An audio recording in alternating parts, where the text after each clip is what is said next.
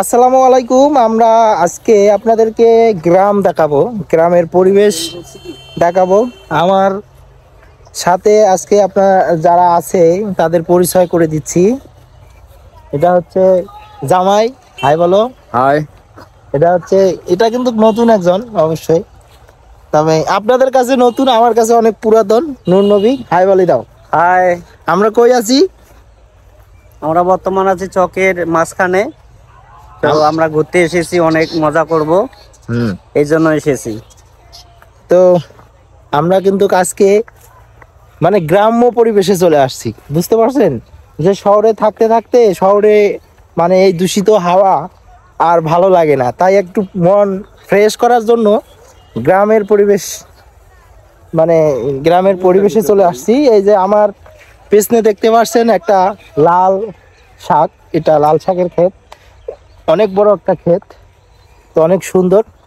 তো আপনারা যারা যে যেখান থেকে আমার ভিডিওটি দেখতেছেন অবশ্যই ভিডিওটি শেয়ার দিবেন। আর যার যদি আমার চ্যানেল বা আমার ভিডিও আপনাদেরকে ভালো লেগে থাকে অবশ্যই সাবস্ক্রাইব করবেন আমার চ্যানেল বা ফেসবুক পেজ বা টিকটক আইডি। তো আমি আপনাদেরকে গ্রামের ভিউটা একটু দেখাই, যে গ্রামের পরিবেশ কেমন হয়, ঠিক আছে? তারা গ্রামের লোকজন কিভাবে জীবনযাপন করে সেগুলো অবশ্যই এই ভিডিওতে আমি দেখানোর চেষ্টা করব। আপনারা সাথে থাকুন এবং সম্পূর্ণ ভিডিওটা দেখতে থাকুন। এলাকার পরিবেশটা কেমন লাগতেছে তোমাদের? অনেক ভালো লাগতেছে। অনেক ভালো লাগতেছে তাদের।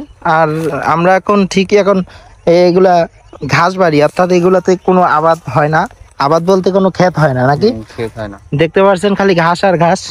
এই যে সামনে দেখতে পাচ্ছেন ছাগল, এই ছাগলগুলো এখানে ঘাস খাইতেছে, দেখতে পাচ্ছেন। গ্রামে, শহরে কিন্তু এরকম নেই।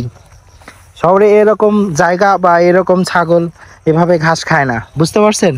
পরিবেশটা কত সুন্দর, ন্যাচারাল, একদম অনেক সবুজ। চারদিকে তাকালে আপনারা দেখতে পারবেন সবুজ শ্যামল। তারপরে আমি আরো আপনাদেরকে দেখাবো, সাথে থাকবেন। সামনে দেখতে পাচ্ছেন যে দুই দিকে কিন্তু এদিকেও নদী এদিকেও নদী।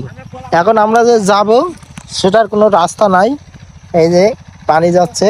এখন মামা এখান থেকে লাফ দেবে, আসলে লাফ দেওয়াটা অনেক রিস্কি হবে, তবুও রিস্ক নিতে হবে। মামা ওকে দাও। হ্যাঁ, সে কিন্তু পাস। এখন এখন যাবে নূর নবী। কি অবস্থা!